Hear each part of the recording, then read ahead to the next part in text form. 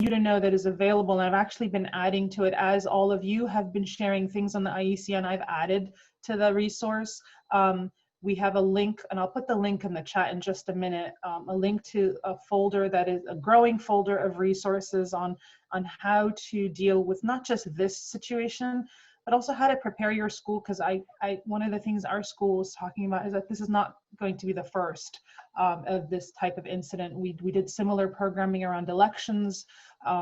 You know, the pandemic has brought about, like, how do we talk civically about Black Lives Matter and all of these situations that are going on. And so the link and the folder will include what I wanted to actually have you pay attention to is a civic engagement practice document. It's basically, as a school, we created this document on how we will engage civically with our teachers and how our teachers are going to engage with students around these sensitive topics. And I know for our school, our situation is different than, for example, a school that might be in Texas or in California or in Oklahoma. And so I would highly recommend that your school, you can use that sample and develop something like that. So your teachers are always prepared to have these conversations. There's also school resource in there that how to have courageous conversations with your kids, where you center their ideas and not yours. As faculty and as teachers, we go in and we might be in a classroom and we might be compelled to, like, share, you know, I feel this way and I feel that way. But when you're in the classroom, it's really important that you center the ideas and the feelings of the students. It's not about you at that moment in time. It's about the students. And so how to do that. And there's other resources in there that were shared through the group, teacher resources, how to talk to students of various ages and how to center conversations on students. So I'll share the link in just a moment. But I think one of the things that really helped us this morning, if we're expecting our faculty to support students, you have to be able to support faculty first. And so the first thing we did this morning was we allowed space for our faculty to process what happened last night. Quakers have this thing called meeting for worship. It's basically we get in a moment, and it's something we've practiced, and so something we're really used to, of just, we go in, and I would say 10% of the school is Quaker, so most of the school is actually not Quaker. And so we get into a virtually, we do it virtually as well, a place where we're just kind of silent, where somebody might just out of the silence, people share what they're feeling. And it's so surprising how different people were sharing their experience of last night as faculty, and I was able to relate to almost everything that they were saying. So it's a way for faculty to just kind of process. Our head of school said a couple of words, and then faculty just kind of out of the silence spoke. I always felt like that was such an Islamic thing to do, like for us to kind of be silent and reflective and just speak to our reflections as a very reflective moment. So whatever way your school decides to do that, you want to give space for your faculty to process what they're feeling in some kind of way, whatever way your school does that. So that's really important. This is what our school did. We actually canceled classes for our high school in the morning. Our classes run from 8 to 11, and so we canceled classes. We did have a modified class schedule for middle school and elementary school.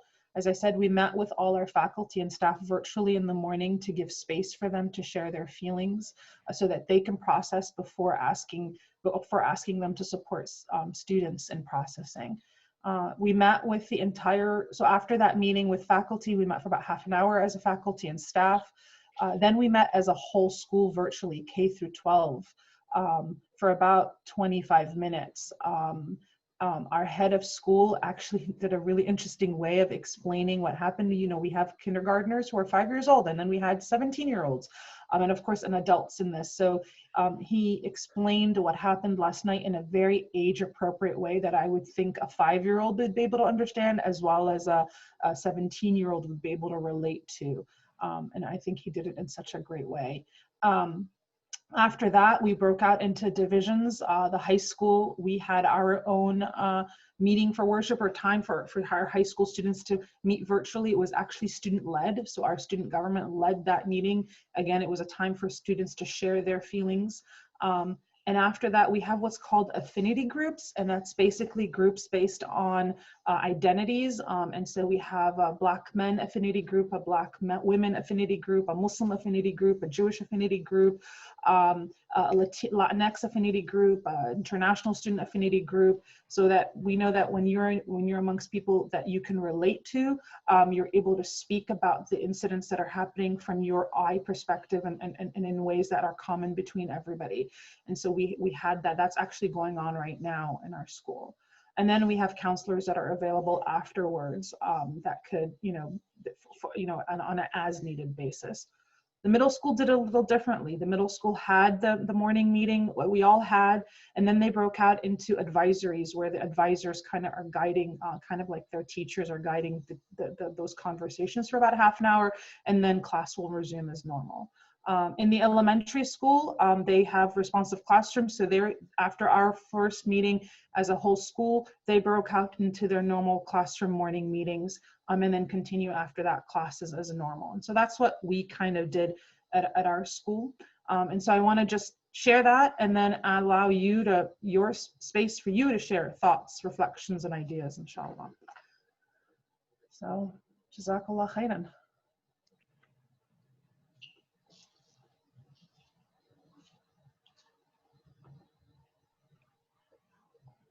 Jazakallah khair. Thank you, Risha, for guiding us through that.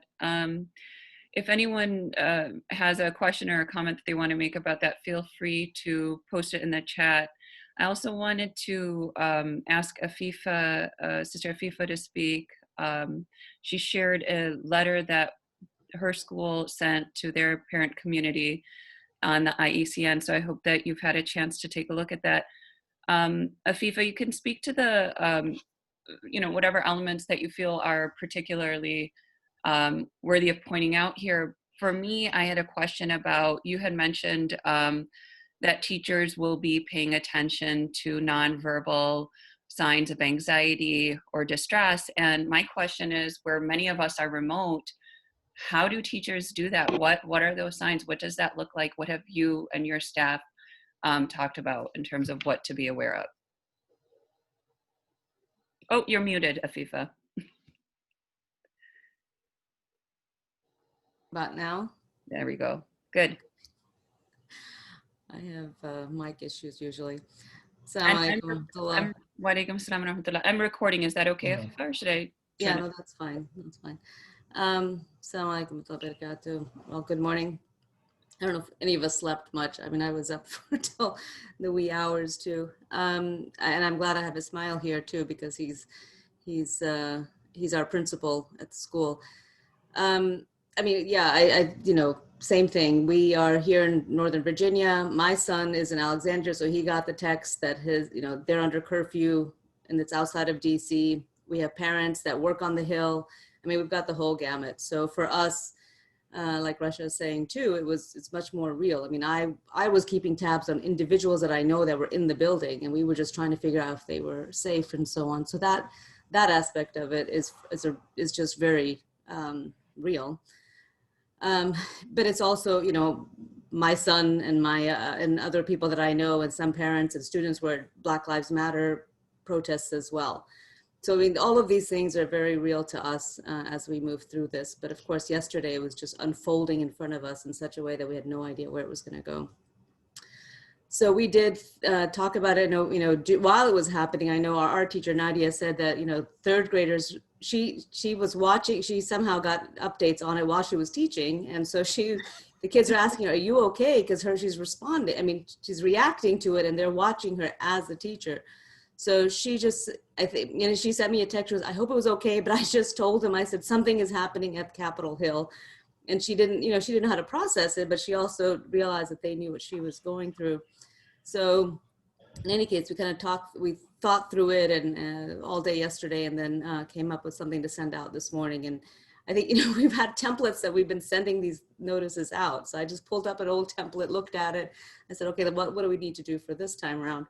So some of the things that I sent that some of you saw, well, I mean, I guess what I should say is what our concern primarily, like the first point of contact we have with parents, it's really about acknowledging what happened and then immediately focusing on the students, like what is going on with our kids that we can understand how to respond to. So even, you know, although the information and everything else is very important, I didn't want to try to get all the information about what happened before we just made that first contact. So that's why you'll see in our letter, it's more about what to look for. It's more about how to respond as a parent, just to feelings and so on and so forth. So we kind of center that before we get into this larger conversation about what are these issues about race and what are these issues about, you know, everything else. So I think that's kind of our tactic or our approach to it.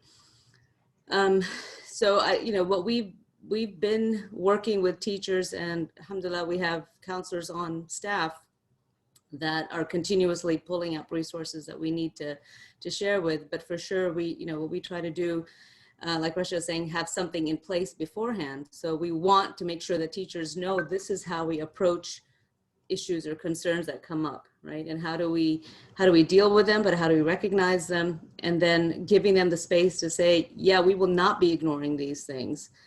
And I know some teachers come to us from other schools saying that they were told, you are not going to be talked, you will not be bringing up these things explicitly. So I think we are more about, no, they will come up, and this is how these are the tools you can have for dealing with them.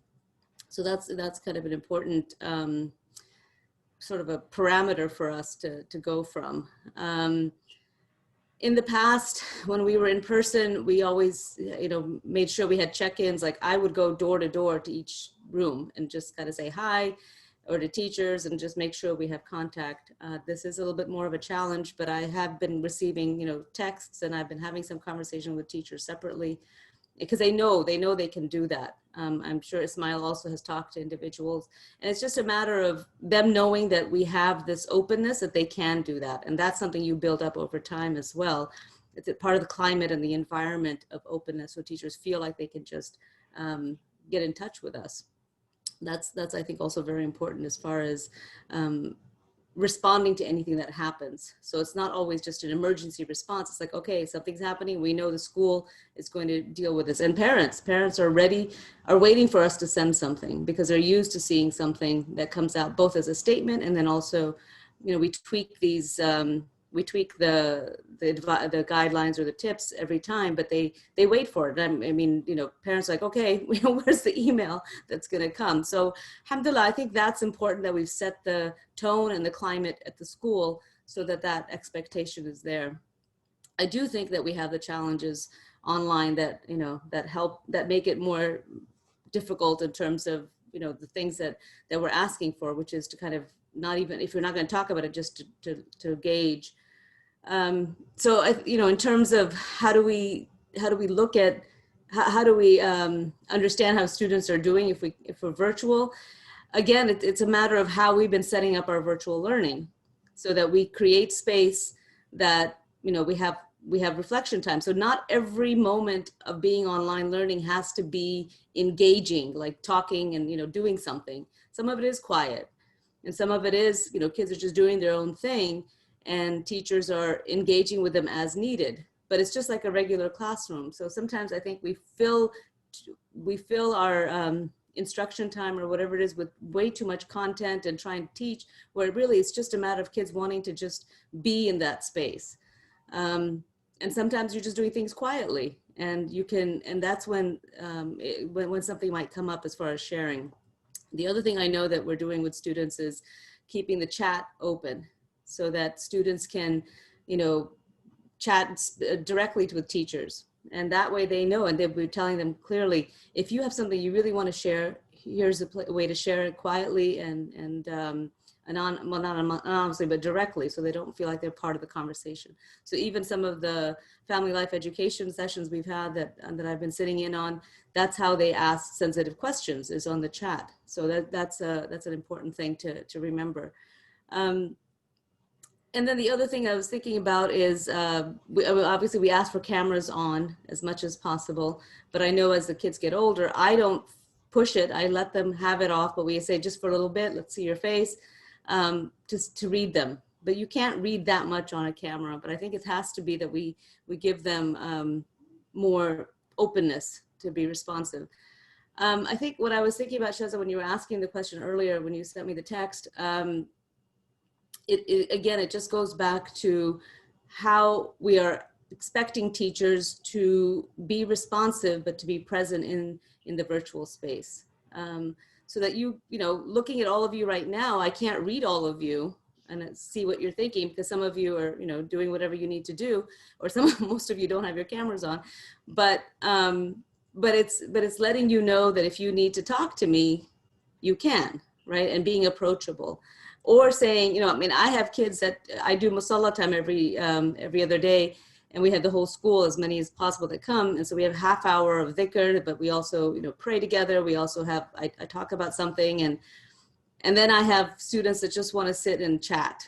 And so we need to create more of those spaces where it's not just an assembly or a morning meeting or something constructed. It's not one of us that has less to do, like me, in terms of the day-to-day. I can just sit and let kids talk to me. So I think creating that space is going to be even more important for this structure that we have.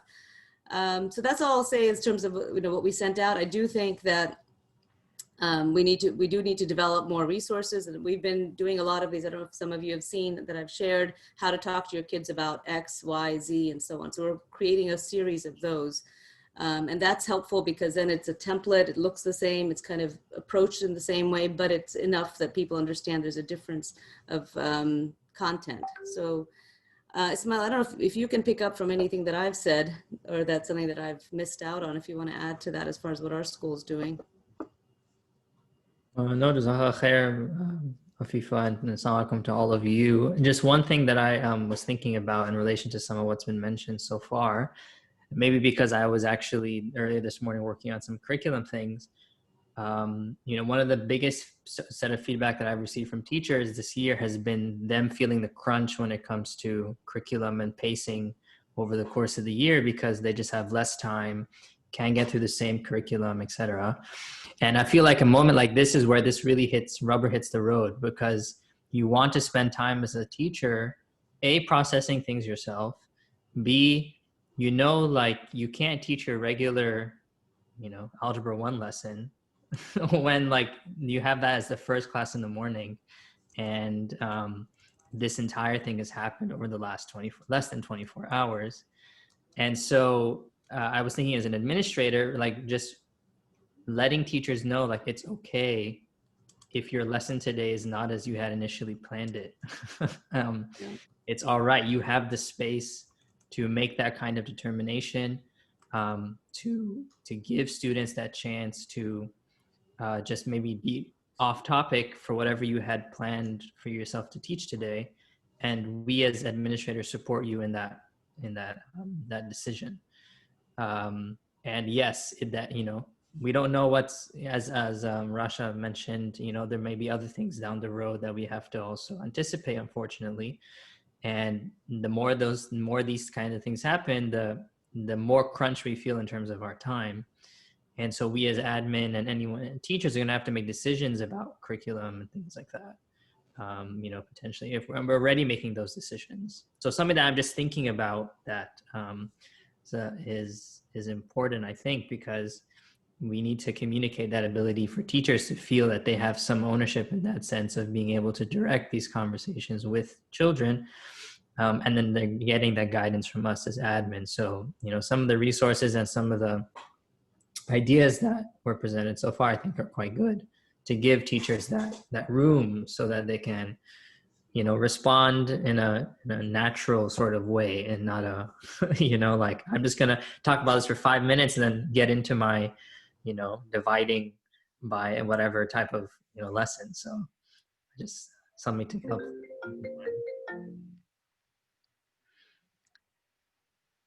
Yeah, I just responded in the chat to Rosina. You were talking about prompts, that's a very important thing to talk about, is the variety of ways that students, and you know this, you know, respond or are interacting. We have to expand that online as well.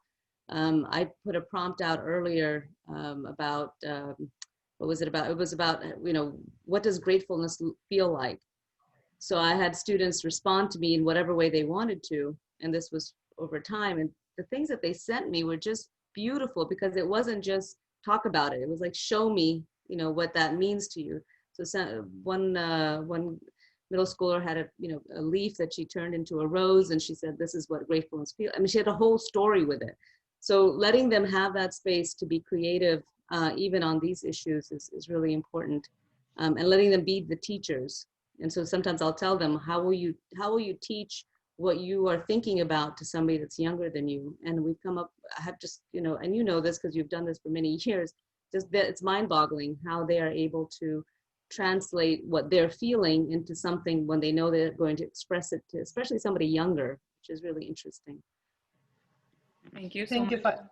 Shaza, if I can interject for one thing that you guys are talking about from a teacher's perspective, I think, from an administrator's perspective, especially if you're leading an entire school, a head of school, I took for granted that my head of school last night sent an email to our community, faculty, students, staff, parents, that our school condemns what happened last night. I took that for granted, and something he said that I didn't think about was that other schools are not in that position, depending on where you are in the country and what your background as a school is and what your population as a school is, that other schools have leaders that can't make that statement.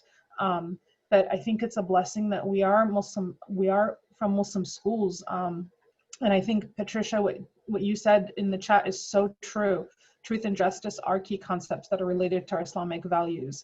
And so as a school, to ensure that our communication, and one thing he said this morning that I think unequivocally, so whether you have faculty or staff that agree or disagree, and again, this might not be an issue for an Islamic school, that as a school, he said to us, I want you to hear my voice when I'm talking as a leader of this school.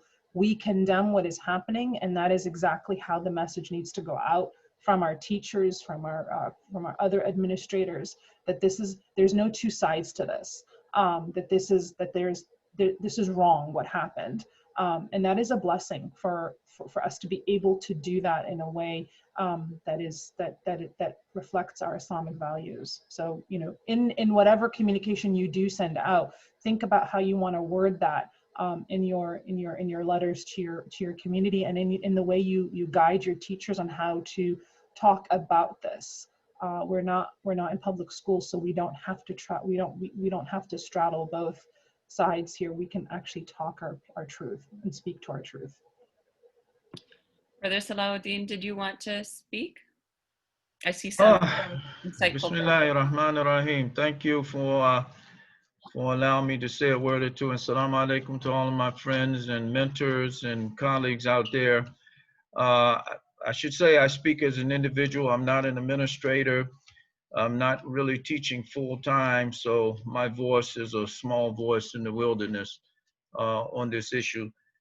But after watching all of what was unfolding yesterday and thinking about it and listening and thinking about children and adults and so forth, I thought that one of the ways that we need to approach it for ourselves and with the children, and of course age appropriately so, is what I use in my communication with young people and others, and that is to employ the 6 interrogatives.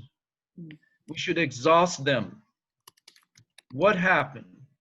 Who was involved? Where did it happen? When did it happen? Why did it happen?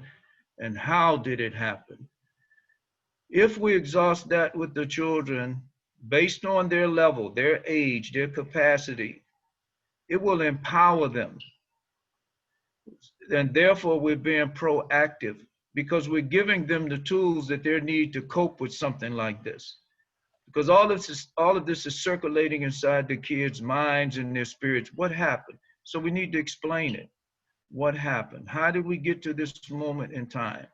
This is what happened yesterday is a social political event that needs to be dissected and shared with the kids in a way that they can understand, so that they're clear. And as Sister Afifa said, monitoring, looking carefully at their reactions, reading them, caring about their spirit and all of that. We have to do all of that, no question about it. But because this is a social political event that happened, it has to be dissected in that manner. And we have to be proactive with it. We have to really meet the challenge of this event. And we have all of what it takes, from civic engagement, and from, there's so many dimensions to what happened yesterday. Really, if there was a body of educators and others to come together to sort through all of the things that happened. I have a whole list here, but I don't have time. I don't want to take your time of going through all of the things that I noted for myself. But I would just simply say, just in engaging, interacting with the children, exhaust all of those interrogatives in a way that you deem fitting and empower them. Don't allow this to be a reactionary moment for them. It should not be a reactionary moment. And Brother Salahuddin, I noticed that you said, you know, we should, and I heard it stated by either Resha or if I can't remember, but we should anticipate that this won't be the only time that something like this will happen. I don't know that we want to communicate that to our students and instill anxiety, but that this isn't a one and done conversation. This is related to really deep issues like Sister Dr. Patricia has mentioned, justice. These are obviously principles in Islam, but also of the history of this country. I think what's really important for all of us to be here together discussing this is that, for me, I think that this is just so important that Islamic schools in the United States are really seeing themselves as an American institution. And that's why this is so important for us to not just ignore and let it pass up, even if we're not in close proximity to DC, but that we recognize how important it is for us to understand this and understand its roots connected to racism and white supremacy. I know that we all are on limited time. Is there anybody else that wanted to share their thoughts, an approach that they're using in their schools? I see a new face, Sister Zakia Shakir. I've never, I think we haven't met before. It's nice to see you here. Assalamu alaikum. Seema? Yeah, I have a quick comment. I think this has always been something that's plagued or bothered me as we've built the Islamic schools over the last few decades, is that many of the schools built their entire infrastructure on public schools, and still, you know, looking to the public school sphere and how they're going to handle it. So I'm really pleased with the conversation. Really pleased that you were able to put this together at the last minute, or, you know, at the urgent moment, I should say. Because I really still think that there are going to be a lot of schools out there that will handle it the way their neighboring district public school works. So if we can help to get that word out, you know, we still want Islamic schools to have their own infrastructure, to have their standards based on Islam, and to really take the time to figure that out. We have separation of church and state, which wasn't practiced, right, in public schools. We have holidays celebrated, and so much of that still goes on. So I just want us to realize that we're a lucky few, you know, that are really focusing on this in this way. And if there are others we can reach out to, I think we should, because I think we're going to go through a period in our history here where we really have to know what we're doing. And I think Afifa does a great job leading us, and I think Rasha does a great job leading us, because you have that habitual thing. The parents are waiting to hear from you. That was really something that struck me. And I know that I wait for your letters too. So alhamdulillah, that's it. I just want us to be cognizant of where we are in the landscape. Yeah, alhamdulillah, it's really a blessing that as Islamic school leaders, we are actually leading the conversation, I think, in many ways, not just within Islamic schools, but within the nation too. What I was afraid of was that, you know, I feel like maybe this is partially how I was raised sometimes, with parents who have seen a lot of turmoil in their own home countries. And as the child of an immigrant, of immigrants, it would be like, that's nothing. Get over it. This happens all the time in our countries. And so I was afraid that that might be the response of some teachers. And I really, really hope it's not in our schools.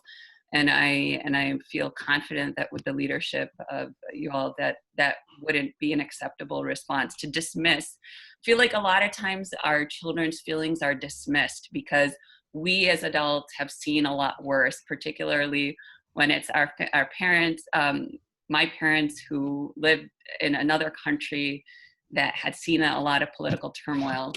And I fear for that sometimes. So I'm really heartened. Is there anyone else who wanted to share? Yes. Assalamu alaikum, everyone. Thank you for joining us. And thank you, Shaz. I really. Dr. Patricia, can you speak up, Dr. Patricia? Yeah, okay. Thank Sorry. you. I just wanted to say thank you because this is fantastic that you jumped on this. It's so important that we focus in on this. And I wanted to say that in response to what you're saying, that we see this is people may take it, say, just get over it. We, in this country, we can't get over it. And as Muslims, we can't get over it. Because as Muslims, when we see an injustice, you're supposed to address it. And what we want, what I pray that we do as school leaders and school teachers, that our students, it's not something that we're doing right now, but it's something we're continuing to do with our students, talking about justice, talk about truth, addressing issues that needs to be addressed, and being sensitive to issues. We need to teach our students how to be sensitive to these issues and what to do when we see injustice. How do we handle that? Not just now, but for always. And that is going to, because we can't control what's going to happen, but we can control how we respond to what's going to happen. And we can help our students be able to respond to what's going to happen or what happens. So this is, whatever we're doing now, we shouldn't just stop when it's over. We should continue to be a part of our curriculum. This should be a part of what we do. And Dr. Gholdy Muhammad has this book, Cultivating Geniuses. I think every Muslim, every teacher, Muslim or not, should read that book because it has a wealth of information for us and how to handle cultural literacy.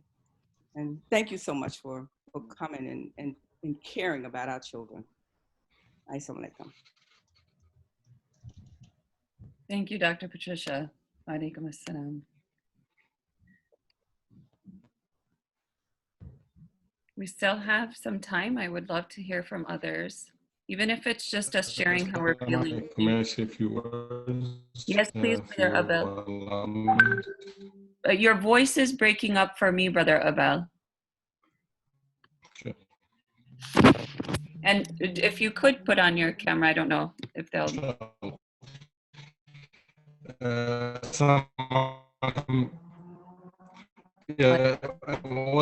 that's my nickname. Okay, well now. It's cutting up a lot for me. Is it cutting How up? can you hear me? Yeah, it's cutting up really bad, Brother Abel. Okay, I have my camera on. Let me turn it off. Okay, Assalamu alaikum, you hear me now? It's better. Assalamu alaikum. Yeah. It's cutting up a lot for me. It's cutting up. Yeah, it's cutting up really bad. Okay, inshallah, in a message. Thank you. I'm sorry that it's not working. I'll try to put in a group chat, inshallah. Thank you.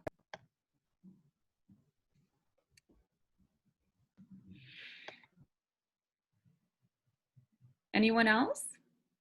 Assalamu alaikum. Walaikum assalam, Rosina. I just want to add to what Sister Patricia mentioned about, talking about ethics and responsibility and leadership with our students. And I think it kind of speaks to what Dr. Sima was mentioning earlier about what makes Islamic schools different. And like we have a clearer sense of right and wrong and all of these things. And this is an opportunity for us to, you know, to talk about those things. And as I commented in the chat, that it really this is really should be a continuation of conversations we already should be having in our schools. And you know, you shouldn't let a tragedy go to waste. There's a saying that says that. And this could be an opportunity for us to talk with our you know, our communities and our teachers and our students, or to begin these conversations if we haven't already been having them.